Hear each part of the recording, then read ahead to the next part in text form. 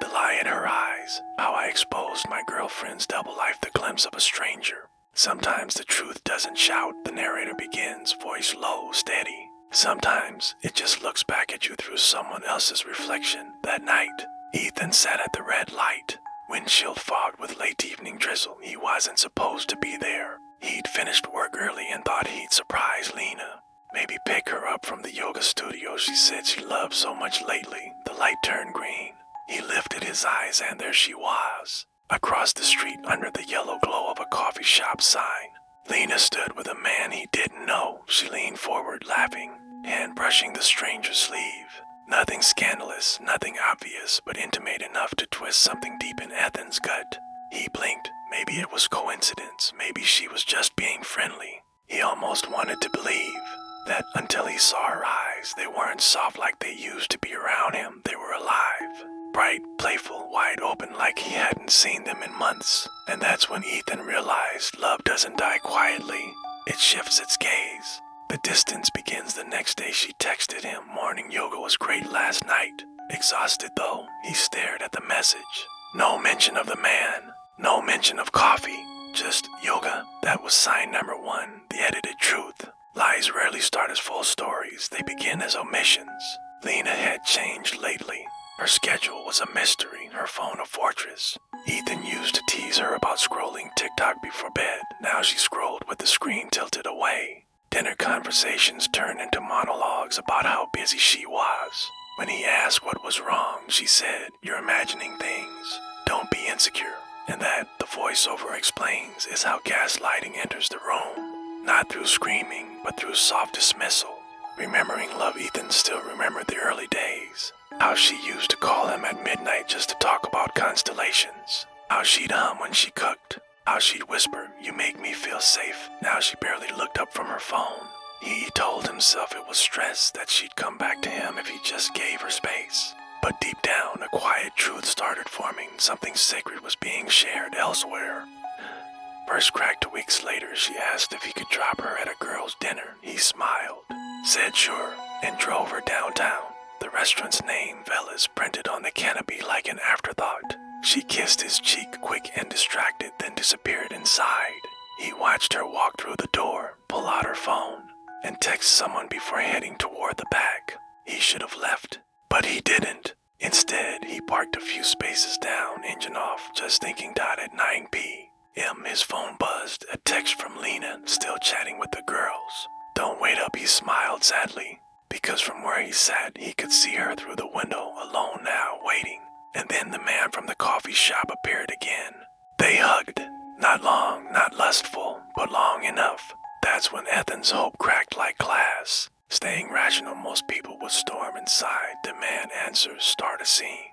Ethan didn't. He understood something many don't. Emotion destroys evidence. If he wanted truth, not drama, he needed to stay calm.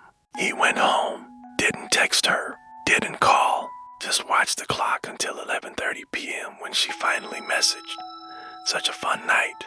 "The girls say hi," he replied with a simple, "Glad you had fun." No accusation, no clue. Because truth is patient, and he planned to let it show itself. That, the narrator whispers, was the night he stopped being her boyfriend and started being an observer. The investigation of small things, Ethan began collecting tiny patterns. The same ones relationship experts say reveal betrayal long before a confession does. Communication lag. Her replies turned delayed, often coming after predictable 20-minute gaps, like someone balancing to conversations. Sudden privacy. Bathroom trips now included her phone. Even in the shower, he could hear message tones. Unnecessary defensiveness. Ask about her day, get irritation.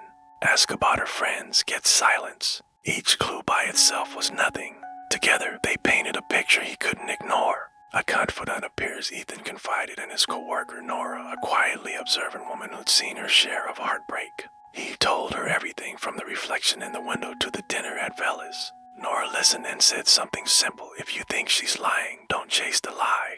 Let it walk to you." She explained a principle Ethan had never considered. Liars repeat details they think sound truthful. Honest people forget small things because they're not rehearsing. So the next day, Ethan asked Lena casually, "How was Velas? Who showed up?" She listed names. One of them, Tasha, was someone Ethan knew had moved to another city 2 months ago. He didn't correct her. He just smiled. "Sounds fun," he said. And in that small moment, he realized the story didn't match reality. The emotional distance test. Over the next few days, Ethan ran what he called his distance test. He pulled back: fewer texts, fewer check-ins, less warmth. If she was still emotionally connected, she'd notice. If not, she'd drift further. She didn't notice. She actually seemed relieved. When he didn't call one night, she didn't ask why. When he skipped Sunday brunch, she said, "No worries. Babe, I needed me time anyway." Me time. The phrase stung because me time had slowly turned into someone else's time, a voice in the background. Then came the mistake, the one that changed everything. One evening, Lena called him from her apartment, put him on speaker, and said she was just cleaning up. But beneath her voice, Ethan heard something faint, a laugh. A man's laugh. He froze. Didn't react, just listened. When he asked who's there, she paused, then replied too quickly, "Oh, just the TV. You know, that comedy show I love." But there was no echo, no TV-type volume.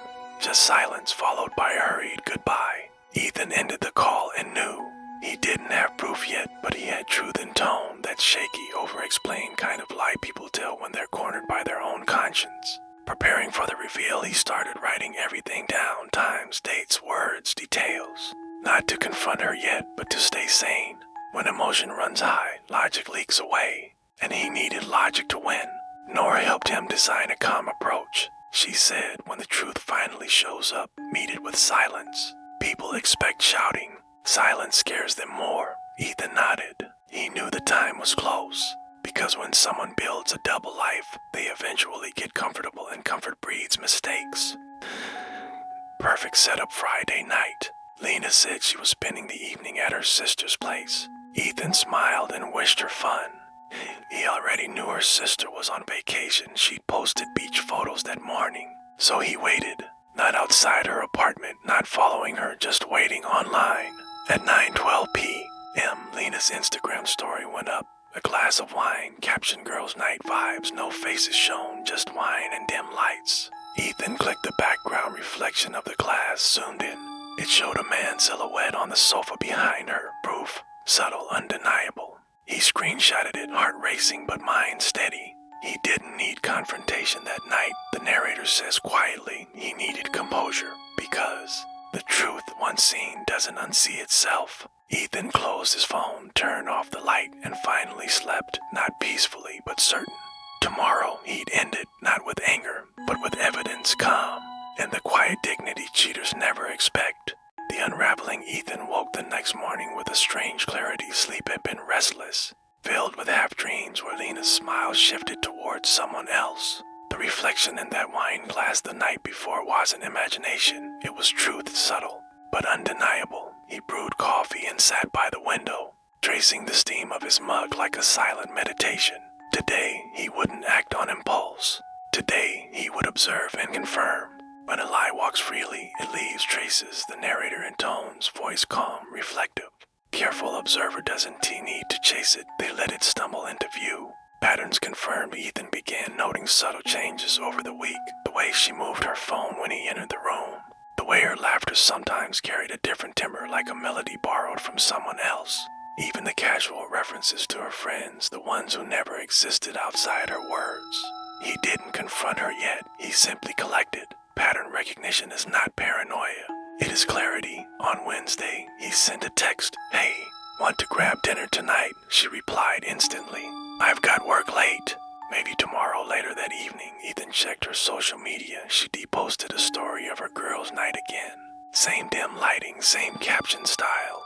But if you look closer, the background music on the story had a male voice humming along. He smiled quietly to himself. The evidence was subtle but consistent. Consistency in deception is rare, the narrator says. Once you notice the pattern, it's impossible to ignore. The confrontation preparation. Ethan didn't want to yell. He didn't want to accuse. He didn't want to be the man who cried over betrayal. He wanted clarity for himself and for Lena. He sat down with a notebook and wrote out everything he had observed, dates and times. She claimed to be somewhere she wasn't. Inconsistencies in stories about friends, work, and personal plans. reflections of unknown figures in photos, videos, and mirrors. Then he wrote down his emotions, anger, hurt, disbelief, but placed them to the side. The goal wasn't to punish her, it was to know the truth. Preparation is not plotting, the narrator explains, it is armor. Emotional armor that allows you to stand when the world wants to shake you. The moment she slept Friday came, Lena told Ethan she had a last-minute dinner with colleagues. She left at 7 p.m. Ethan didn't follow. Instead, he observed from his own apartment quietly through calm awareness. He reviewed her social media and noticed something odd, a story that was uploaded with a filter she never used, and then a notification, a tag from someone named Jordan on a group photo. He clicked carefully. There she was, laughing, leaning on Jordan's shoulder. Not intimate in a way that screamed romance, but intimate in a way that she had reserved a place in her attention for him. That wasn't tea meant for Ethan. The lie wasn't malicious, it was routine. The deceit wasn't cruel, it was habitual. That's when Ethan realized love isn't just about truth. It's about shared attention and presence, and that had shifted. Confrontation, calm before words. Saturday afternoon, he asked Lena to come over casually. Under the guise of watching a movie, she arrived, smiling, holding popcorn. Ethan greeted her with calm, warm, almost gentle energy. He didn't bring accusations. He didn't raise his voice. Instead, he sat across from her, notebook in hand. I've noticed some inconsistencies, he said softly. I've observed things that don't line up. I'm not angry. I just need clarity. Lena froze.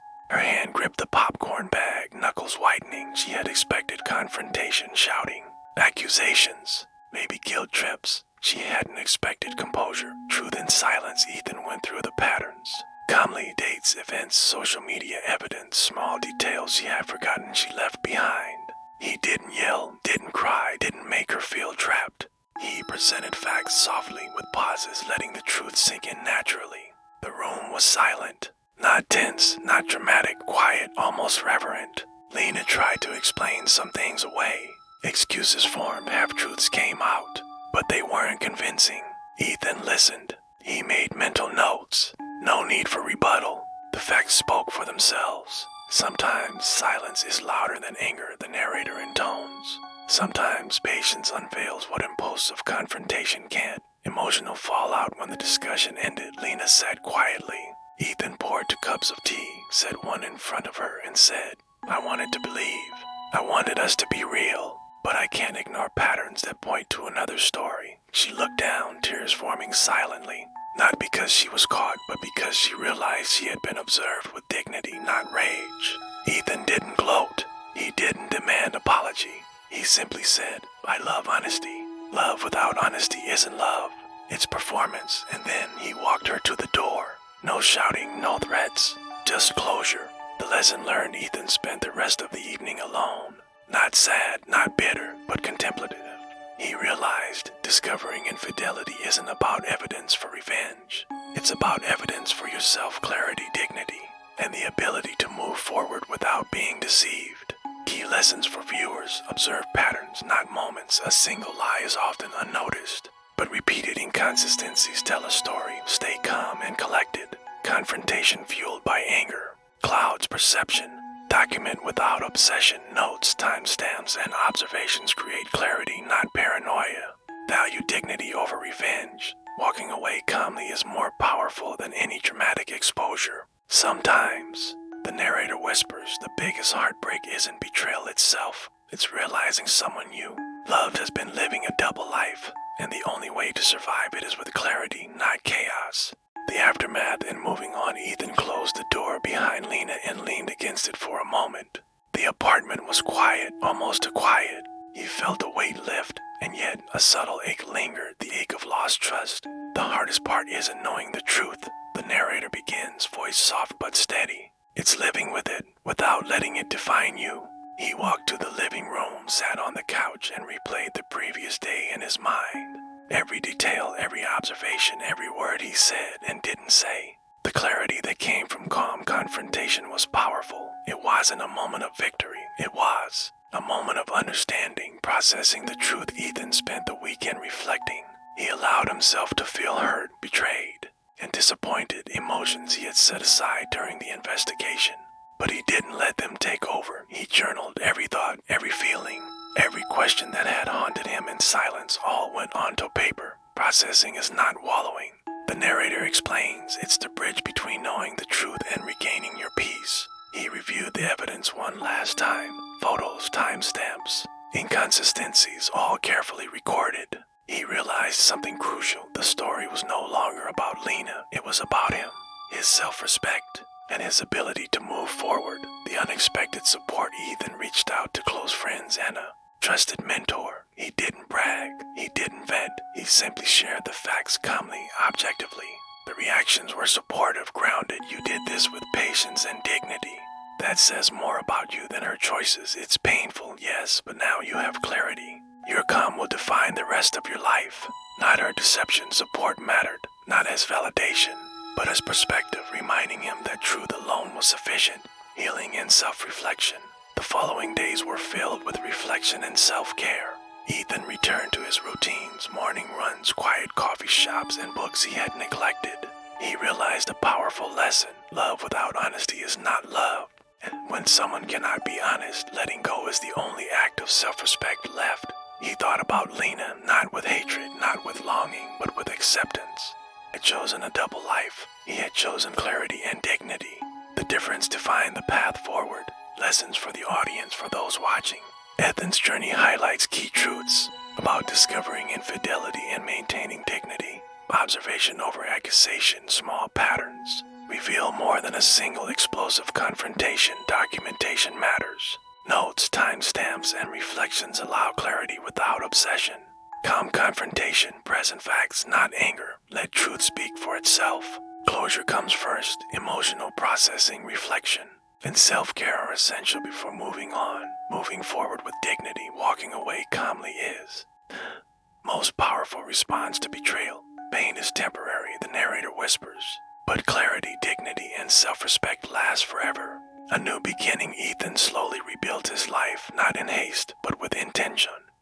He reconnected with friends, explored personal interests, and gave himself the gift of reflection. He didn't seek revenge. He didn't hold grudges. He simply let go. The final scene lingers on him jogging through a quiet park at dawn. Sunlight glimmers on his face. There's no bitterness, only calm. Some people will cheat, lie, and deceive. The narrator concludes, some love will falter, but your truth, your clarity, and your dignity, that's something no one can take away. Subscribe this channel for more stories.